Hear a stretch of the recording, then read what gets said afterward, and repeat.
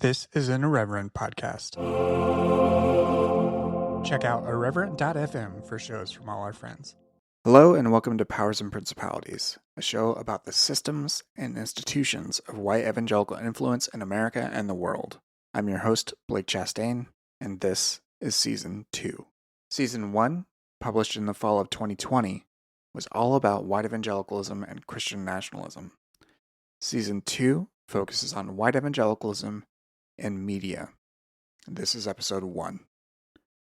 Dating all the way back to at least the 19th century, the various groups we now refer to as white evangelicals have always been early adapters of new media formats. Whether it's books, radio, TV, film, or any of their digital equivalents like podcasting, YouTube, live streaming, or any element of influencer culture. Evangelicals are always at the forefront of using new technologies to spread their so-called old-time religion. Ultimately, that perennial evangelical impulse is expressed as a desire to tell the good news. The same good news that, etymologically speaking,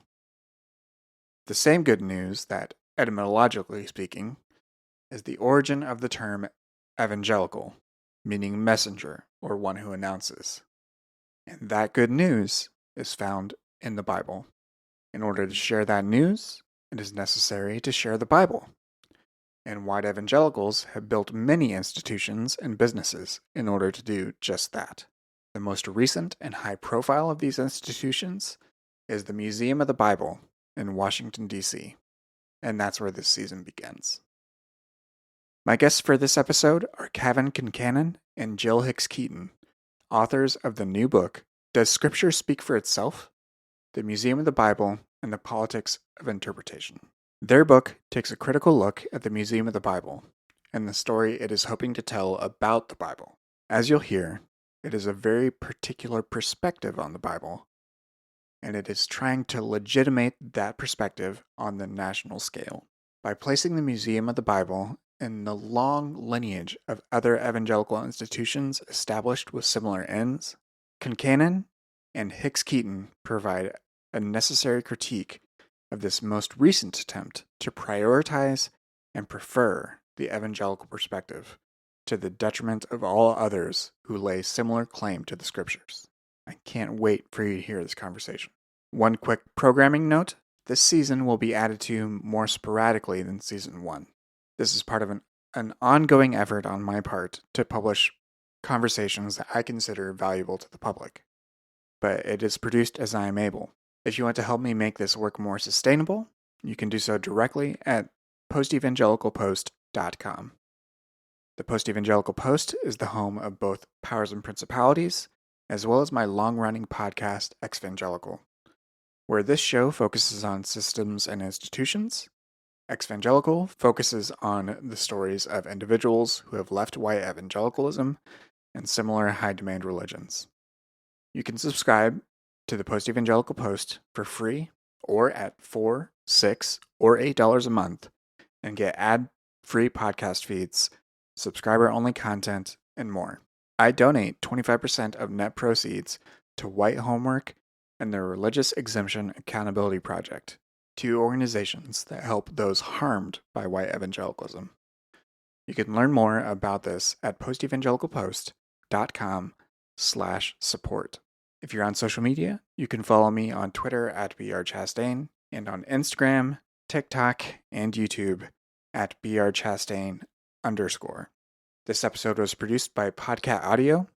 The theme song was created and produced by Jacob Lewis. Let's get into it.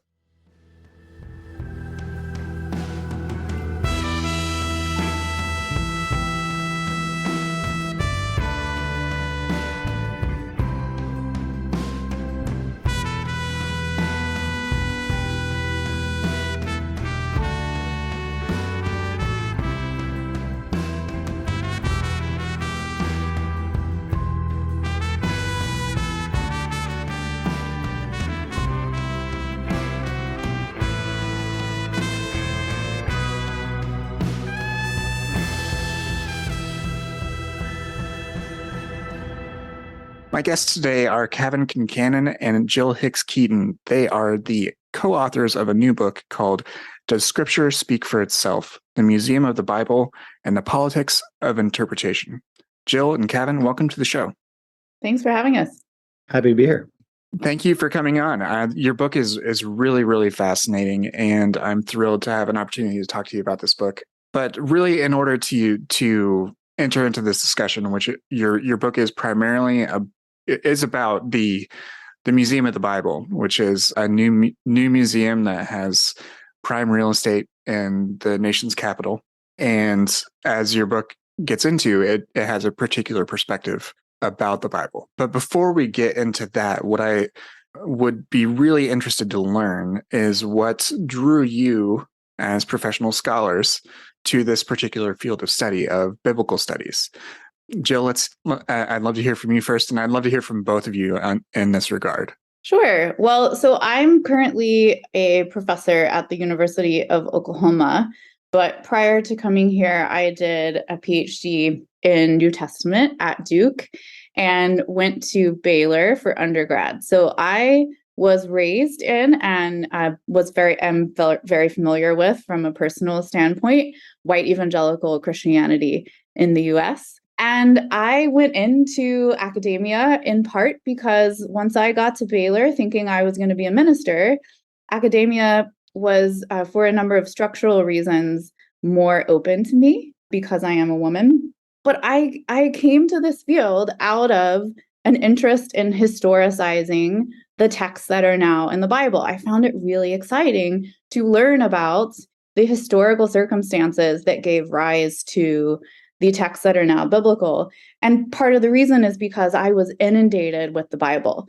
I knew the Bible well. It conditioned the structures and patterns of my life. And it was really exciting to me to be able to study it as a professional. That's very fascinating. Cavon, how about you? What drew you to? Yeah, so I'm a professor of religion at the University of Southern California, and before that, I worked at a number of other universities and did my PhD at Harvard in the early 2000s. And I think that probably a lot of my story is similar to Jill's story. I have a slightly more peripatetic religious history of kind of bouncing between a bunch of different forms of Christianity. But I as well got hooked early on, and this is something that I wrote about in a book that was published last year called Profaning Paul.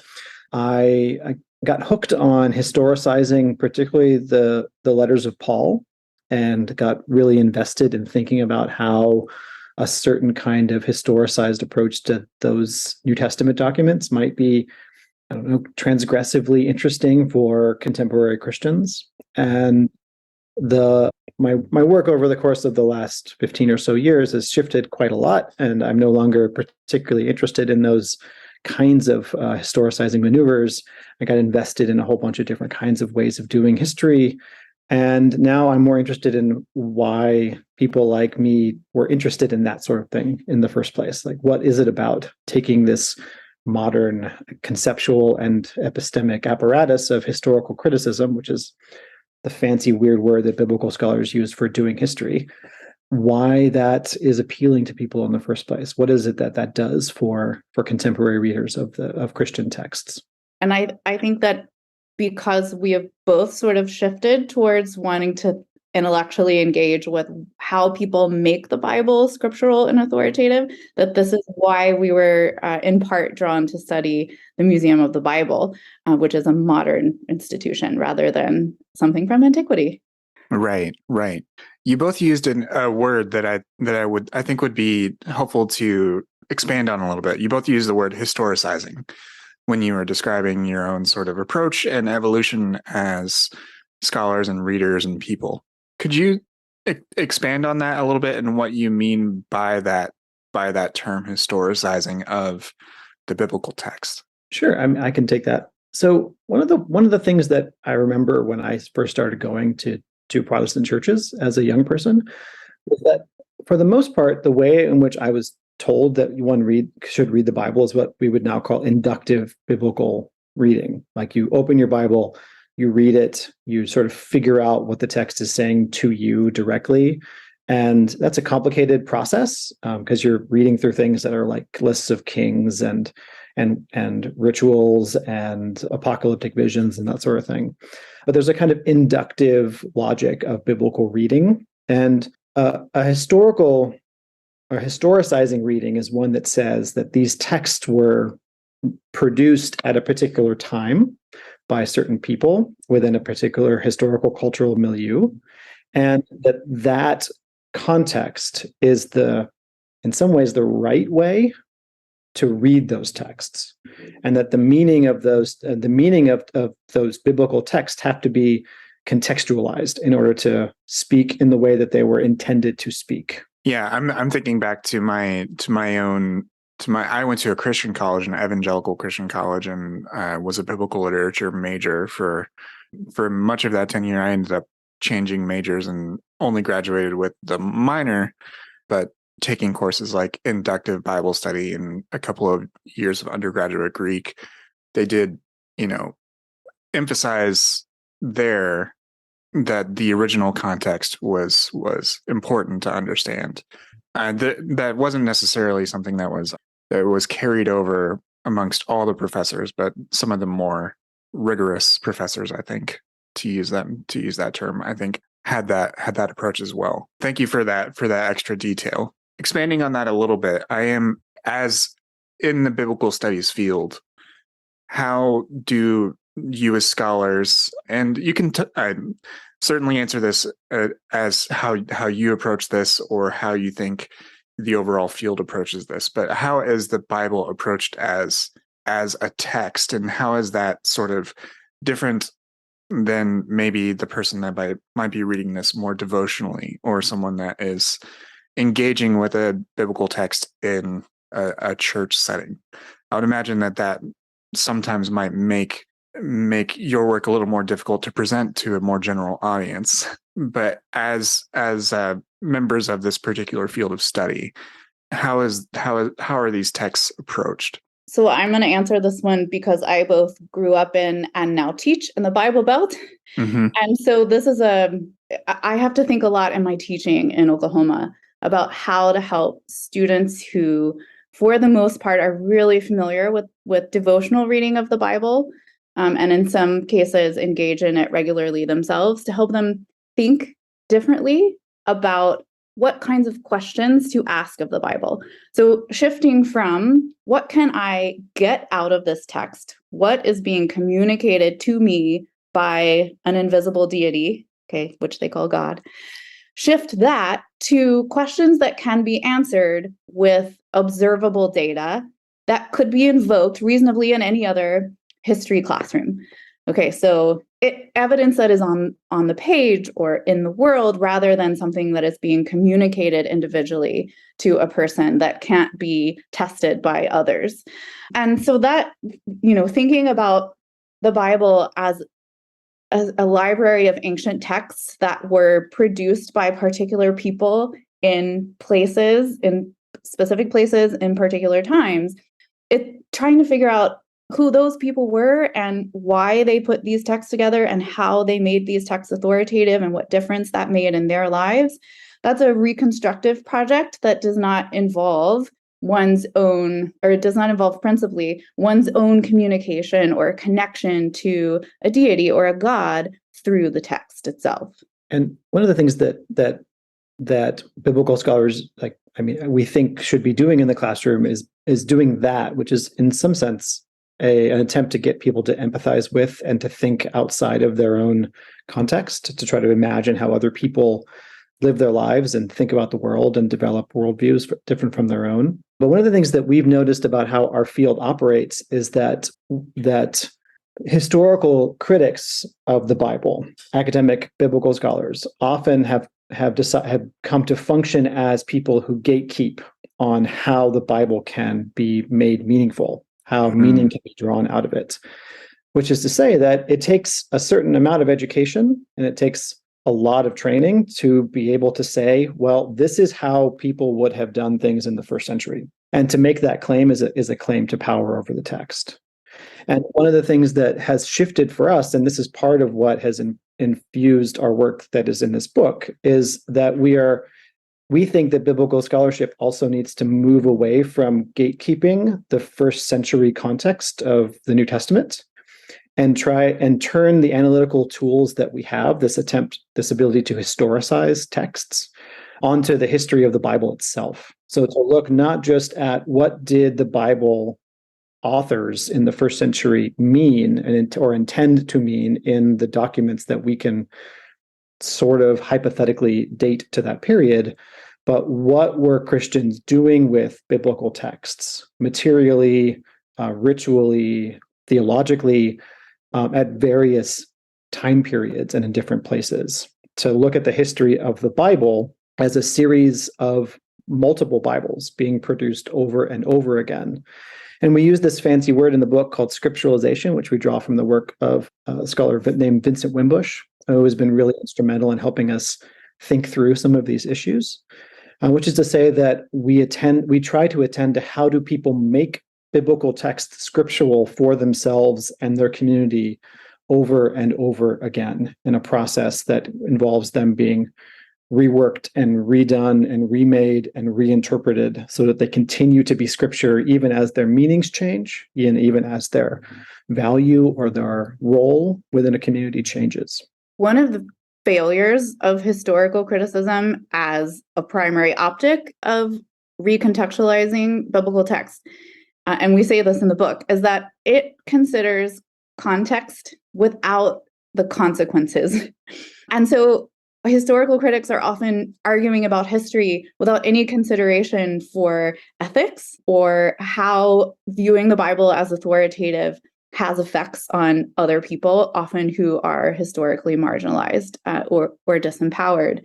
And so as much as historical criticism is viewing the Bible this way is useful in a classroom for helping students who are used to reading the Bible devotionally think a different way about what this text is and how it can function, it's not, we think, the most ethical way or the way that is going to sort of save us from the consequences of authoritative biblicism. That's really interesting. It did make me think of terms that float around in my head when I think about these things, like this exegesis versus hermeneutics type language that was in my undergrad. Of like, exegesis is when you're talking about all these historical things, and hermeneutics is another thing where you're applying it to everyday life. But that's not as necessarily. I don't necessarily think that it directly maps to that, but it sort of invokes that. Maybe that's sort of always been this false dichotomy. What tends to happen is that because people see themselves as doing dispassionate history, so what you're describing as, I think it was exegesis, Mm-hmm. And then sort of that comes to sanction the ethical application as also dispassionate or disinterested, when in fact that the history that's being done is productive. Right? It is affirming certain presence. It's certifying presence that people want to have to be true. And often that is defending their own positions of power. Does that map onto your experience, Blake? To a degree, though, I don't necessarily think it was not really explicitly stated. That certainly, but the sorts of things that are now being entering certain specialized nomenclatures, even ones that exist online, like the terms Christian supremacy, like those things, identifying it as such, it was sort of a given in many of those spaces, if that makes sense. Mm-hmm. But your book, really, in the introduction, that you do a couple of things that are harder to delineate when they're actually spoken out loud. In particular, you distinguish between the capital B Bible and more lowercase Bibles. One is this sort of mythic, idealized thing. For example, just to quote from the introduction, you say the Bible, capital B Bible, does not exist. There are only lowercase Bibles. A little further on, you say the Bible, the capital B Bible, does exist in the realm of the imagination. I'm sure that, like, for folks who do come from a more from a more devotional understanding, that in and of itself will be a challenging thing to accept. But I mean, I'm in agreement with you about that and how the Bible is formed and how all these texts were collated and organized, and much of your book is actually about how you extend this further and talk about how the Museum of the Bible in particular is concerned about a white evangelical Bible. And that's all lowercase in this case, in this spoken out sentence. But I'd love to hear you sort of discuss the significance of that decision and that sort of interpretive lens and one might say narrative or agenda that this particular institution is bringing to bear. Yeah, I mean, I think that this is, this, as you know, this is sort of a good Bible 101 moment where we should emphasize that the Bible is a collection of texts, and it was collected in antiquity and recollected and reorganized and edited over time. And so there really has never been, from antiquity to the present, a single Bible, because even when there get to be sort of more fixed lists or even more consistent manuscript traditions around biblical texts, there are different Bible collections that are used by different kinds of Christians around the world today. And there are also different Bibles that are used by Christians around the world, different translations. But even down to the level of the edition of the text that you have in front of you, every Bible is a different Bible, because the Bible that you might hold in your hand that was given to you as a gift, maybe by a loved one that you've carried to church or gone on like youth group retreats with, that you've written notes in, that Bible carries with it a whole set of feelings and memories and histories, and those all inform how you engage with the written text that's on the page. So there are as many Bibles as there are printed Bibles, and there are more than that. And that the Bible itself, with a capital B, is really just this kind of cultural icon or construct that we invent to tie all that plurality together into one single thing. It's a kind of Platonic notion of the form. There is a form of the Bible that exists in like the divine world, and then there are the various changeable, mutable Bibles that exist in historical time. And so one of the points that we think needs to be made for academics, but also for people who are people who care about Bibles, is that every Bible is different. Every Bible has a story, and every Bible can be historicized in the sense that it can be, its history and its context and its location and how it operates can be interpreted. And that's what we're doing with this category of the white evangelical Bible, is that we're talking about a kind of Bible that is constructed within a particular sect of American Christianity, and that has at present an outsized influence in our politics and in our cultural life. The way that I teach this distinction to my students between Big B Bible, which is imaginary social construct, and material Bibles, little b, is that I take particular Bibles into the classroom and put people in groups and have them explain or come up with reasons that this is a Bible. Like, what makes this a Bible?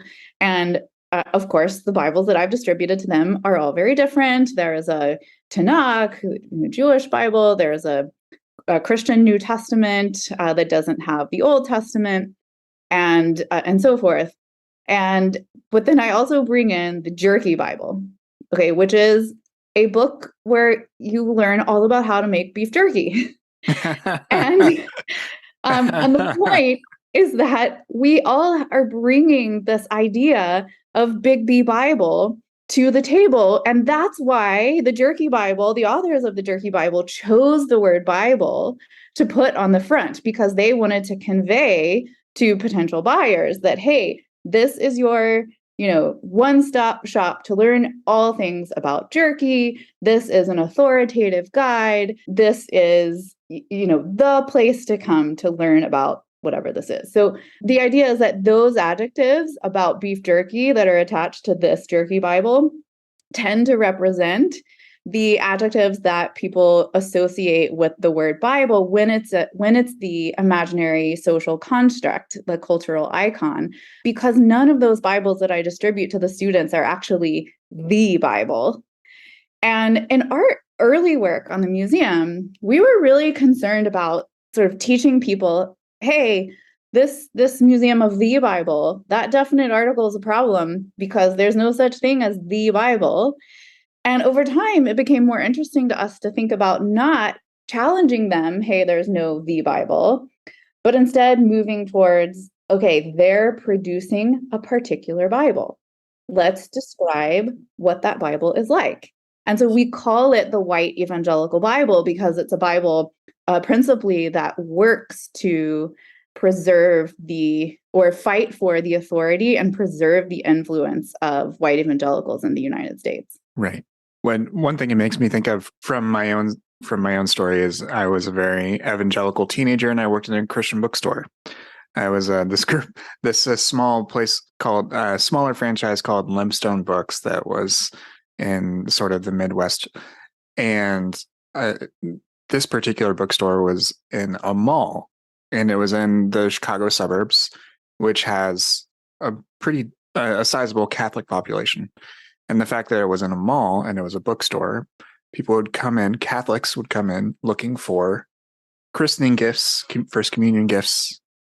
And we had the smallest little section dedicated to sort of Catholic gift Bibles, even though we had a whole, all manner of other Bibles that are more geared towards the evangelical, non-denominational type of market. NIV, NLT, NASB Bibles, like up and down the line. But for those ones that had the Apocrypha, had the Catholic version of the Bible, those were harder to find at the store that sold Bibles and other Christian living materials. So to your point, that this it is certainly presented as a settled issue and an agreed upon thing, but it is very much not that.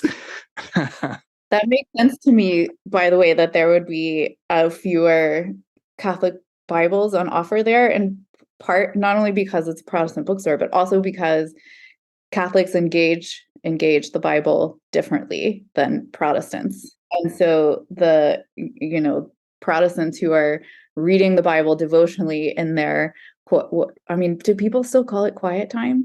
Oh, I'm sure. Yeah. Quiet time. I'm Quiet sure. time. Yeah. That's like a very Protestant evangelical thing to do. Whereas, people who are Catholic are not, there's not that same like sort of push to be in the Bible every day. This is how you're living. This is how you're spending your time, is reading the Bible. In your introduction, you also talk about how you, as scholars, are also stakeholders in this conversation. I found that to be another sort of critical and essential thing to be added there.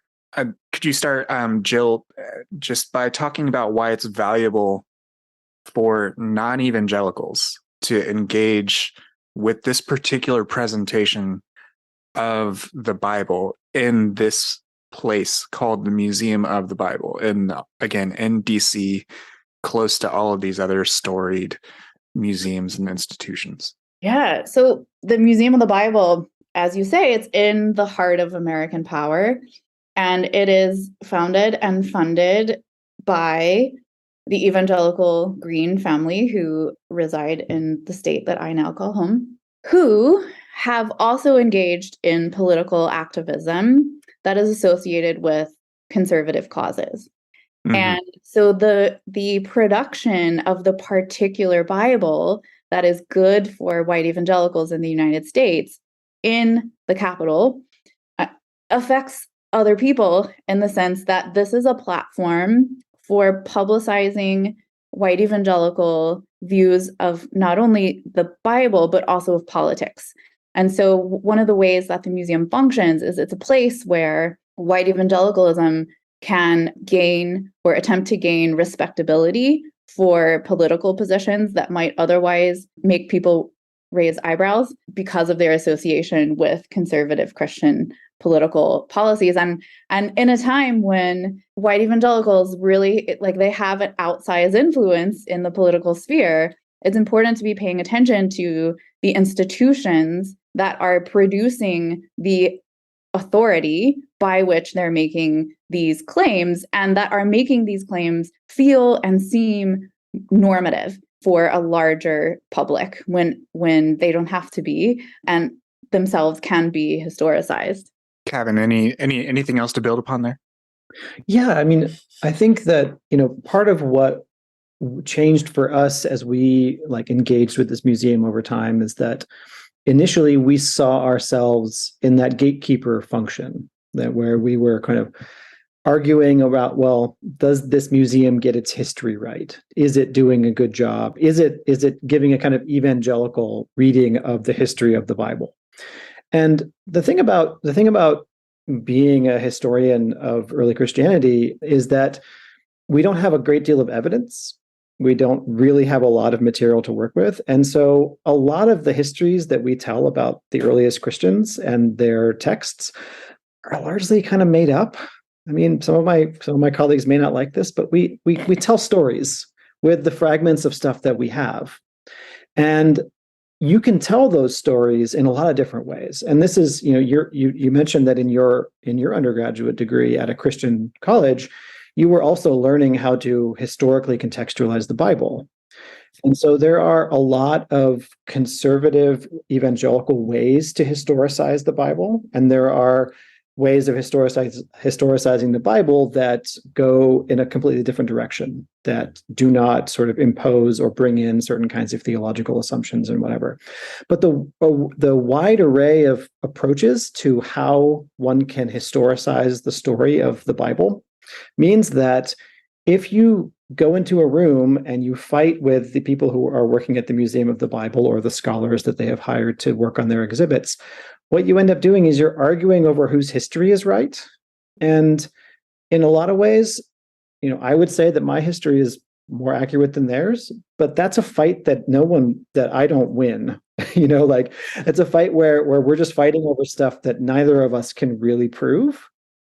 And so we found that what was happening was that people were saying, well, why don't we try to make them better, or why don't we work with them, and why don't we see them as conversation partners, and ignoring the fact that there's a huge amount of money, political orientation, and a larger project behind this whole endeavor. And so it seemed to us that instead of fighting with them on the same terrain, the better course of action and the more responsible thing to do would be to say, how do we understand how this is operating? Like, how do we look at this museum as a machine that is producing a Bible? And they may make arguments that are historicizing in orientation. They may make other kinds of arguments that are rooted in a different set of ways of producing knowledge about the Bible. But instead of trying to fight with them about getting it right or wrong, why don't we just analyze how this works? And what we found was that this museum works as an embodied, viscerally emotional, affective Bible that resonates with the things that white evangelicals have been saying about their Bible for a long time.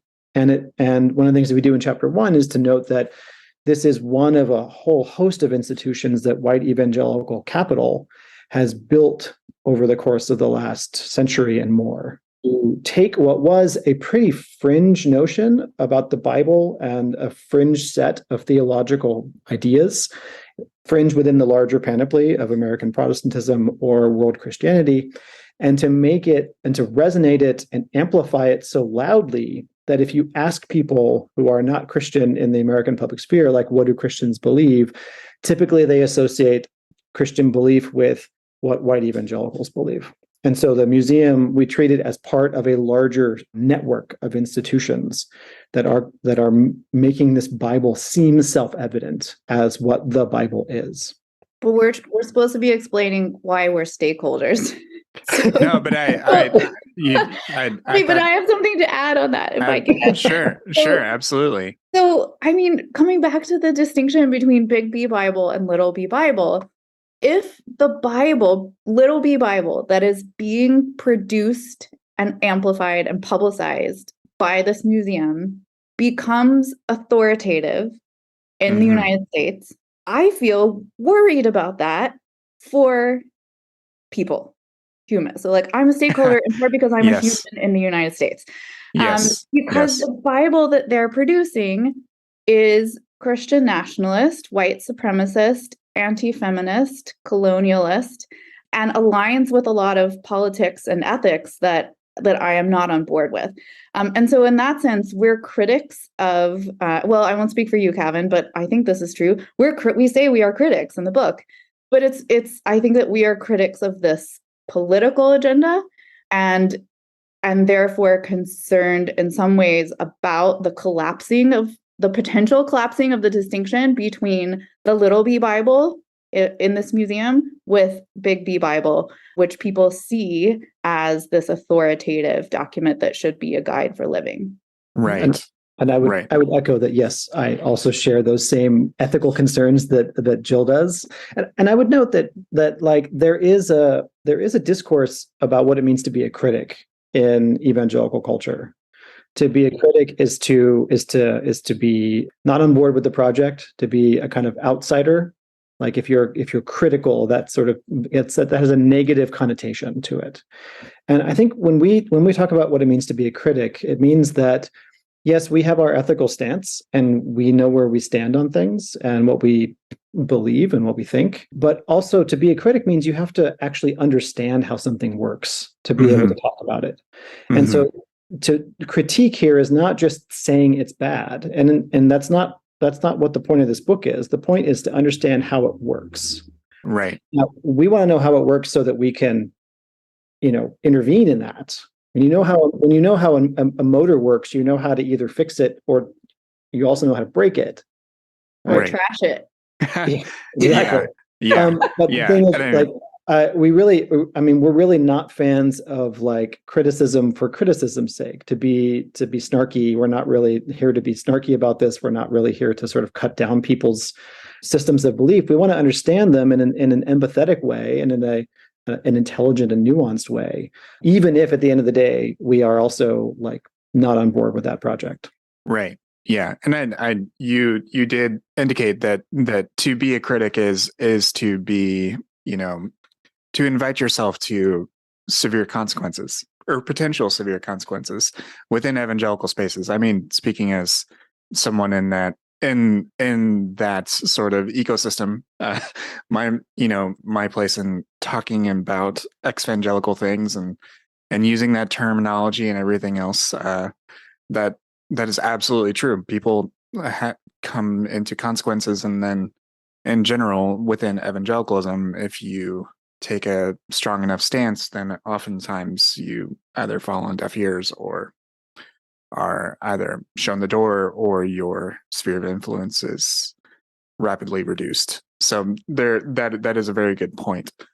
Jill, I want you I see you. Sorry, go ahead, Jill. Sorry. I'm just excited to say that it occurred to me while Cavon was talking that is very analogous to the work that Evangelical is doing. I wouldn't describe our project as Evangelical because we're not working within evangelicalism necessarily, but in terms of like a method of wanting to understand how something works, it's really similar to evangelicals who are, the hot term is like deconstruction, but ultimately what that is trying to understand how the intellectual, ethical, affective framework works.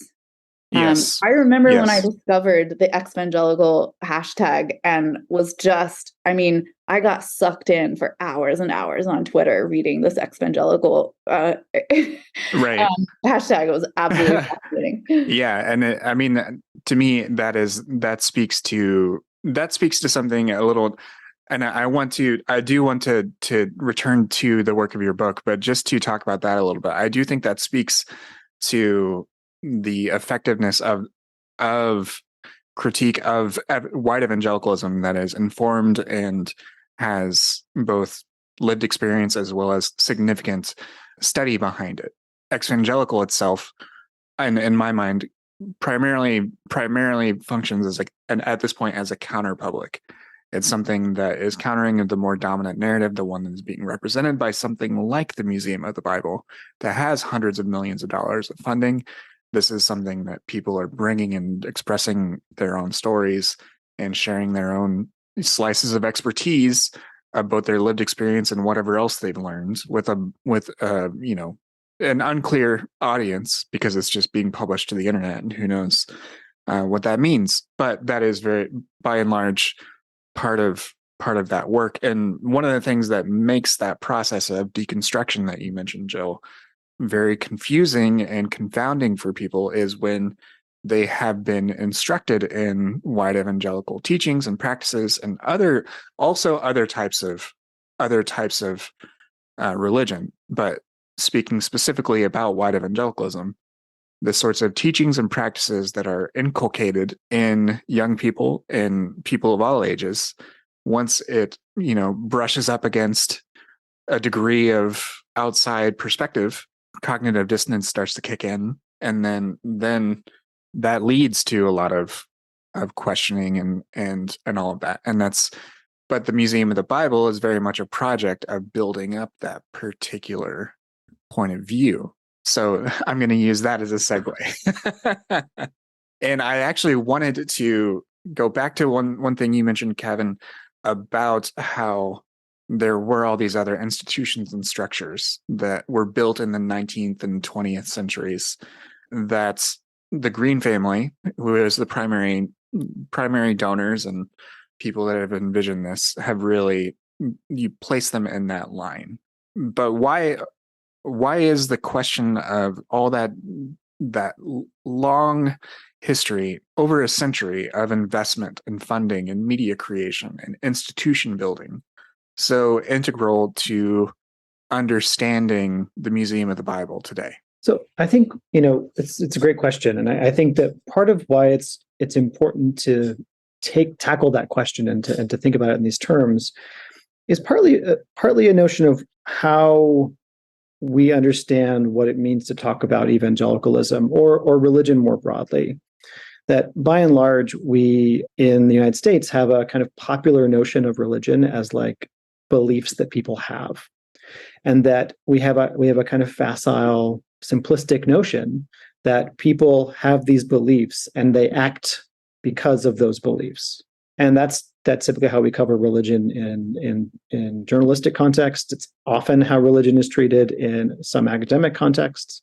And it's certainly a way in which people talk about religion more broadly. And one of the things that we want to emphasize in the book, and as part of a larger critique within the study of both American religion and religion more broadly, is that there are material conditions that pertain to the formation of those beliefs in the first place. And one of the things that we don't often talk about with regard to religion, except in situations where we've already defined the group as bad, is we don't talk about money. And we're fine talking about money when it comes to like saying how televangelists are awful because they always ask for money.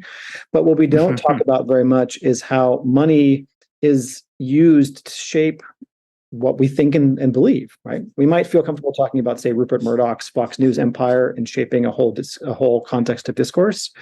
But we usually give religion a little bit of space on that front to talk about, to not be sort of seen as crassly materialistic. But if you look at the history of what we would call the sect of white evangelicalism, that sect has come together, grown, developed, crystallized at various points, and expanded its reach by developing institutional networks that have relied on capital from white evangelical or conservative Protestant industrialists.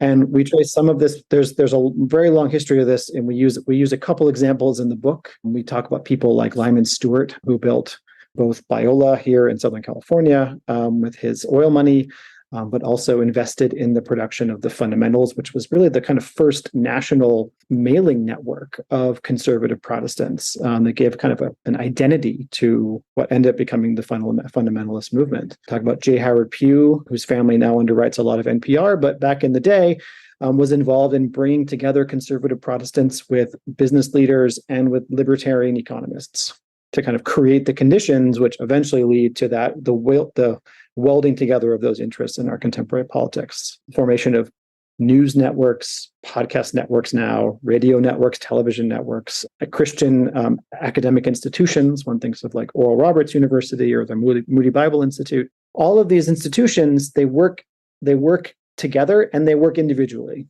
They all have their own individual interests, but they also work collectively to resonate off of each other. And it's that resonation of those institutions which have been created with capital and as a result exist past the lives of the people who move through them that is not attended to in the study of American Christianity more broadly, and specifically in the context of white evangelicalism. And so we want to shine a light on that to note that evangelical beliefs are not things that are written in stone, nor are they things that have been around for much longer than about 120 years.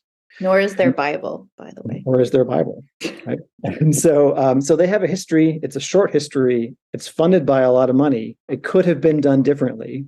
It could have turned out differently, and it could in the future change as well. Yeah. When I try to talk about the history of white evangelicalism now, I try to say that it doesn't go to the 1970s; it goes to the 1870s, which you touch on in your book, in that, and build upon the work of like Timothy Gloge and Guaranteed Pure and elsewhere about that sort of shift towards, and the way in which modern consumerism itself rose part and parcel in many ways due to the social effects of white evangelicalism, and they were sort of in conversation with each other throughout all those things. But it was very fascinating to read that portion of the book and see this particular project as another step and another progression of these wealthy donors and funders and the access to capital that this particular group of elites continue to have and continue to use in very significant ways. Jill, go ahead. Oh, I just was going to say that doing that research into the history of white evangelicalism, into American religious history, was in part a result of our change in perspective over time about this museum. And instead of wanting to sort of hold them accountable to an alternate vision of Bible, where we were doing public scholarship on the museum and asking the question like, oh, do they get the Bible right? Is it really the Museum of the Bible? Instead, or is it an evangelical Bible that they're promoting, and like but knocking our heads against the wall to try to get people at the museum to see that it was imbricated in evangelicalism? I think I still have scars. So doing this history was a result of saying like, oh, wait, this museum it's an institution that is founded and funded by white evangelical business owners. This is something that has happened before. Oh, look, it's been happening for 150 years. And so that was sort of what helped us along the way of describing the Bible they produce as a white evangelical Bible, because of its production method that had been repeated over and over in this long history of business owners using money in ways to publicize their Bible. Absolutely. So your book goes into detail about a lot of the different exhibits and things that are on display at the Museum of the Bible. And one of the things that you focus on, you detailed various exhibits that are on display and available for the public to peruse and experience at the Museum of the Bible. There were two that I think would be really interesting to talk about. The first being the presentation of the slave Bible and how that plays into contemporary white evangelical narratives, as well as the second one being the way in which it tells the story of translation and transmission of the biblical texts from the earliest days to today. So those are two very distinct parts of the book, but I would love to hear you talk about how both of the ways those things are presented simplify the narrative and also allied the more critical parts of American and evangelical history. Yeah, so there's an exhibit hall on what they call the impact of the Bible floor that is about the Bible in American history. And this artifact, which has been nicknamed the Slave Bible, originally was displayed in this exhibit hall and then was moved for a temporary exhibit for what they called Artifact in Focus, where it became the central piece of an exhibit in the basement, which was like a temporary rotating exhibit hall. And the publicity at the time that the Slave Bible exhibit opened was that this was an attempt to rectify what the museum perceived as a problem, which is that there wasn't a whole lot of diversity in the racial makeup of the visitors, meaning that it was attracting more white visitors than they wanted. And so this was an attempt to attract more Black visitors. But the irony here is that the artifact that they chose is a Bible, or is an artifact, a book that was produced by white Christians supportive of slavery. Okay. And it was an artifact that was made by white Christians for enslaved Africans in the Caribbean. It's called Parts of the Holy Bible Selected for, and then it has the description of the recipients.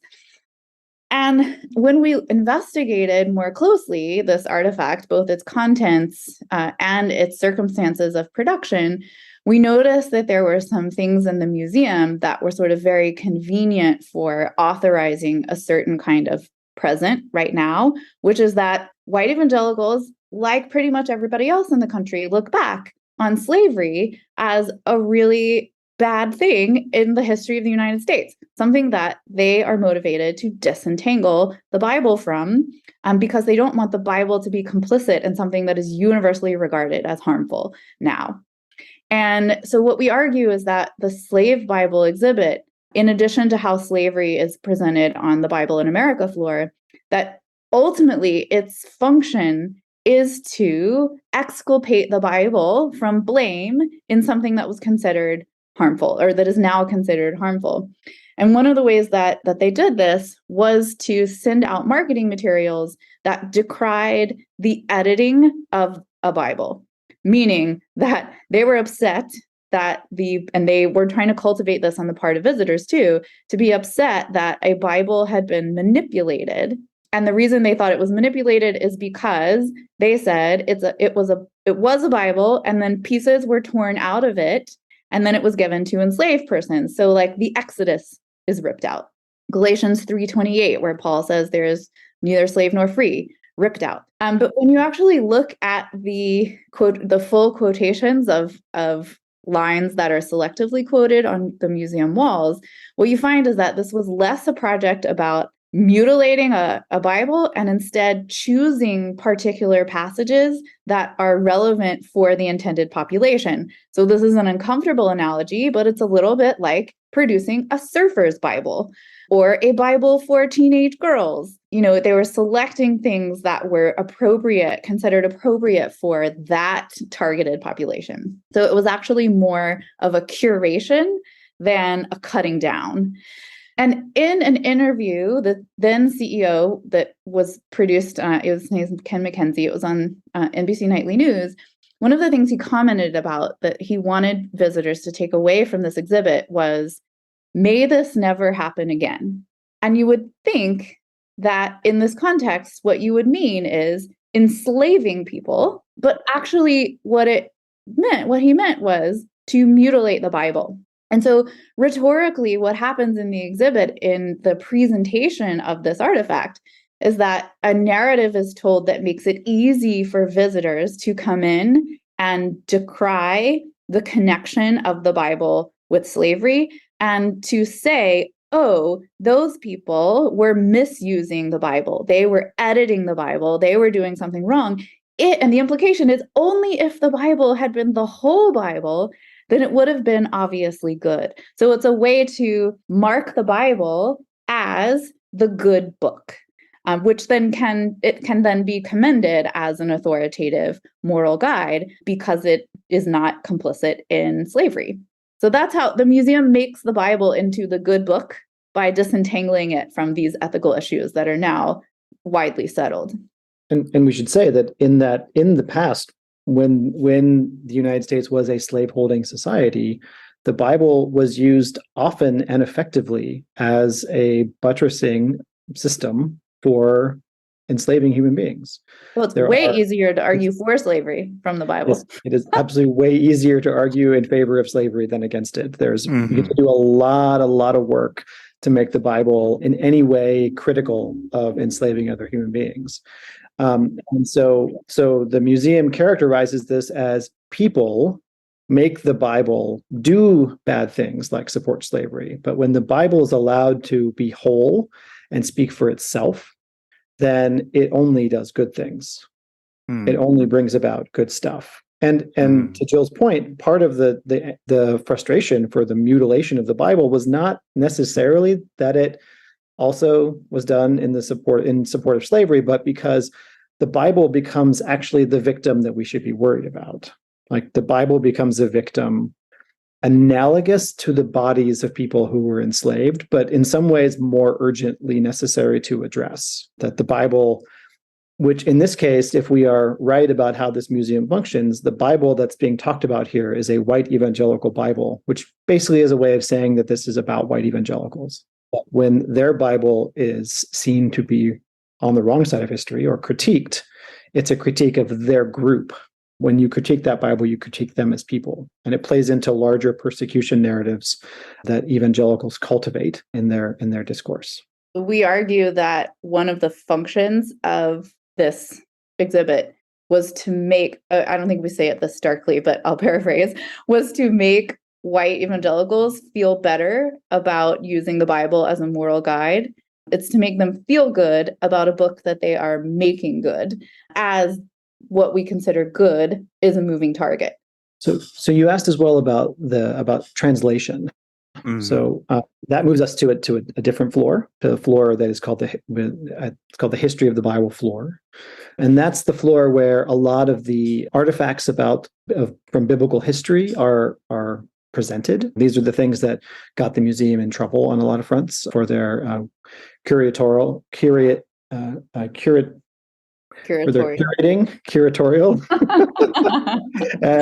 and acquisition practices. Okay. There you go. So we sat on this. We went over this floor over and over again. It's a strange floor. It's a floor that you would think would be sort of like, how did we get the Bible? How did biblical texts get written? Who wrote them? And how did they collect them? How did they put them together? And you would think that's the story that they would tell. And what you get when you get to the History of the Bible floor is you get the description of the floor is that it's the path to universal access. And Jill has a great way of talking about this, which is that like access is something that to care about universal access is to assume that the thing that you want to give access to is good. So there's already been this work to present to you a notion that the Bible is always good when left to itself. And so it's like water. You want to give people universal access to water. You don't really care about giving people universal access to cigarettes, right? Like we don't fight public policy battles about giving people universal access to cigarettes, at least not anymore. I mean, maybe in the 20th century we did. But, I think what I said was herpes. You don't want to give universal access to herpes. Herpes. There you go. Yeah, that's better. I need to stick with your example. I shouldn't go off script. There we go. So it's this path. So what does it mean to have a path to universal access? So the exhibit starts with the invention of writing as the beginning of the history of the Bible, and writing as in terms of historical development is many, many centuries before any biblical texts are ever produced.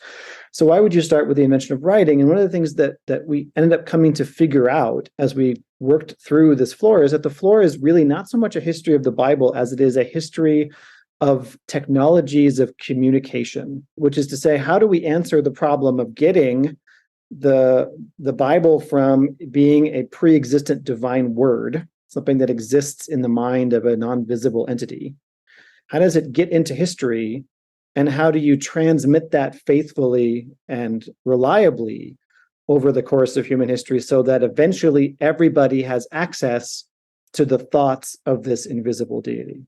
But they can't say God in the museum. Yeah, right. It sounds like Spaceship Earth at Epcot.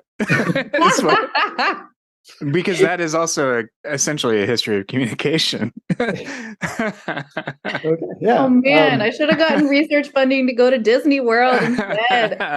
Man, what were we thinking? We could have pitched that. That would have been great. Spaceship Earth is the ride inside the Epcot geodesic dome looking thing. Yeah. But I mean it feels like when I was reading your description of this particular exhibit, it totally evoked that, because it essentially starts with models of cavemen telling stories around a fire to spaceships, and the progression to digital media and what we have now. And it was fascinating to read that is how they're presenting the Bible as essentially part and parcel, or the culmination of humanity's communicative technologies. I mean, it does make sense because evangelicals as a group have always been early adopters in sort of the modern era. Look at fundamentalist radio preachers and the book market, and every single place they're always there. To TikTokers now, so they're always there. but it was really fascinating to read that this was how they were positioning the transmission of the Bible, and it also seemed to be the case that they essentially skipped straight forward to Gutenberg, or like they had a lot of assumptions of like the Bible, not, even though it was hand copied for millennia, not really having many errors, or which just seems to be a pretty easy bias to address, just given that historically that was not the case until the printing press in the 14th and 15th century. Yeah, there are a couple of interactive exhibits where you get to play a scribe, and you're either, instead of writing, you're either tracing letters that are underneath what you're supposed to write, which is obviously not how ancient scribes were copying text. They weren't able to trace. And then there's also a digital one that you use your finger on a computer screen, and it's electronic policing of making sure that you copy it correctly. And so there's these interactives where your body is conscripted into accurate reproduction of the text. And ultimately what that does is it makes the Bible reliable, right? So it's a good book, and it's also reliable in the sense that we have it as God intended us to have it. But they can't say God in the museum because they're making a bid to historical respectability and academic respectability. So that can't be the explanation, which is in some ways what makes an examination of this floor so interesting, because it's a little bit like, how do they present the Bible as the word of God that is reliable without talking about God? And one of the ways they do it is through translation. That's what you originally asked about, right? Yeah. And then that same sort of effect seems to be carried over into some of the more interactive spaces. And you talk about this in that, and use the term transmedial, that the Bible presented at the Museum of the Bible is transmedial, even though there is this heavy emphasis on text. There's also a ton of interactive elements. There are actors involved. There are things like that. And then the sort of environment of the Bible is then heard or watched just as much as it's read. And it definitely made me think of the way in which, like, when I sort of recall how I experienced the Bible and religion prior to, going to college and beginning to study it in that sort of way, it was experiential first and foremost. And I went to a Wesleyan school, so the Wesleyan quadrilateral of scripture, reason, experience, and tradition. Experience is where we all sort of start. And they are definitely evoking a particular type of experience in these spaces. Could you talk about a little bit about some of these more interactive elements and What is being evoked? The most interactive floor is the museum's third floor, which kind of is the place where if you had not ever read the Bible before, is basically the only place in the museum where you're going to get content, like Bible content. And so the other exhibit floors kind of just talk about the Bible as something that impacts history, or as the kind of the history of its transmission. And so the narrative floor is supposed to kind of give you what you need to know about the Bible. And it does so with three major exhibits, one of which is we would call the Hebrew Bible exhibit, but it purports to be the Hebrew Bible, the Septuagint, the Old Testament, the Tanakh. And so like it already kind of conflates a whole bunch of different organizations of those texts and translations of those texts together into one exhibit. And that's an exhibit where you walk through stories from the Hebrew Bible and you experience them in projections on the wall, in sculptures that fill rooms, in doors that open and steam that pops up and narration from... I think it's fog, for the record. Steam fog. I mean, I'm sorry. It is quite affecting. It is. I mean, you are embodied in that place, and it is. Some of it is quite beautiful. You kind of walk through the parting of the Red Sea as well. The whole story is narrated by, as you come to find out, spoilers, by Ezra, narrating the story of the Hebrew Bible that culminates. That is a major spoiler, actually. No. The museum's been open for 5 years, so spoilers for a 5-year-old museum. And so that as we went through that over and over again, we went through it quite a number of times. We started to figure out that part of what stitches this all together is a story, and the story is that humanity in its beginnings was separated from God, and that eventually God would reconcile that separation, which is not really how Jewish communities tend to read their Bible, but it is how Protestant Christians read theirs. And the Hebrew Bible exhibit culminates with the return of the Israelites to the land of Israel after the Babylonian exile. So it stops the story there and leaves unaddressed the question of humanity's disconnection from God. And so when you leave that exhibit, you're then offered two other options. You can go and watch a movie about the New Testament, which is frankly just a real mess of a movie, or you can go and walk through a reconstructed first century Nazareth village called the World of Jesus of Nazareth. So your options when you leave the Hebrew Bible exhibit are Christian in orientation. You don't get to go and like learn about the history of Judaism that proceeds through the Mishnah and the Talmud, to contemporary forms of Judaism that also venerate the Bible and use it. You don't get to follow Joseph Smith anywhere on creating additions to the Bible in that direction. You end up going to a place where you get Jesus either way, but you don't really get Jesus, because in the Nazareth village you find a whole bunch of actors playing ancient Jews in a reconstructed Disneyland kind of experience of a first century synagogue, as first century village. And Jesus is not there, but everybody is scripted to tell you to look for Jesus. And you're looking for Jesus in the reconstructed artifacts that are there that signal how they were connected to things that Jesus might have said.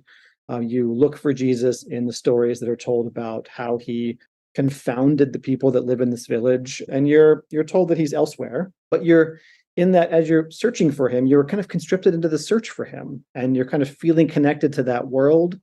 And in some ways, you're also feeling connected to a kind of fantasy version of the land of Israel, which itself has a resonance in contemporary politics for evangelical Christians. And I'm going to skip aside for a second and say that there's another exhibit that's interactive, where you have a kind of a thrill ride roller coaster experience of finding and being shown biblical verses inscribed on monuments in Washington, D.C. And you put those two exhibits together, and you get this sort of fusion of horizons between Washington, D.C. as a kind of Christian nationalist sacred space where the Bible has been inscribed in the landscape since its founding, and also a feeling of connection to the land of Israel. So you get a kind of conversion of sacralities between a kind of Christian Zionist and a Christian nationalist worldview. Yeah, that was upsetting. That was upsetting to read. But But you can't find Jesus in this Galilean village because for white evangelicals, it's not like the historical Jewish dude in the first century that they're wanting to cultivate a connection with, right? It's a post-resurrectional Jesus. He's not here. He's risen. And so one of the things we argue is that there is in the museum this sort of pilgrimage experience where it's asking its visitors to want Jesus, to look for Jesus, but you only will find him outside, right? You don't find like the physical person of Jesus in the museum. And the only depiction of him in the permanent exhibits that we saw is a very bright white Jesus in the Garden of Gethsemane post-resurrection that is in a stained glass window that was once in a cathedral. So it's sort of cultivating what we describe as a religious experience, this religious pilgrimage where you're looking for Jesus and you find the risen Christ. Mm-hmm. Who's also white. Who's also white. Mm-hmm. That is true. Yeah. Awesome. Dazzlingly white. That's a sarcastic awesome. Just to be clear. Well, he is white in the museum. That part's just true. You know, one of the reviews of our book that came, I think it was the Publisher's Weekly review, it said that our take on the museum was scathing. And I have been thinking about this ever since because I'm thinking, you say scathing and I say descriptive. In the Museum of the Bible, Jesus is white is a description of the Jesus that is in there. Mm-hmm. Right.